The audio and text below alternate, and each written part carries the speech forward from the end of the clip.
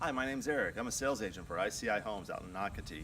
The community we're in today is called the Pointe, where there are 28 homes in this community. These homes are on 90-foot wide lots. This is the last home for sale in the Pointe.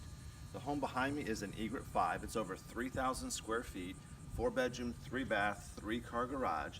There'll be a brick paper driveway out here, a tile roof. This floor plan is wide open. This is located within the 20-mile community of Nocatee.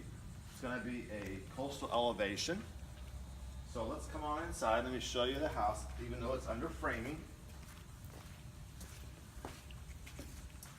As we come inside, the biggest thing, if you can see it on there or not, these are 12-foot ceilings. There are several trays that are going to come included in this house. It's absolutely gorgeous with these 12-foot ceilings. Behind me as well is you're going to see these are 16 feet of glass sliding doors that are going to go in, and they're 10 foot high, 10 foot by 16. They're all going to pocket behind this wall. It's going to open up to this beautiful preserve that's behind me as well. The home comes standard with a nice fireplace over here. You're going to have the owner's suite on this side of the home.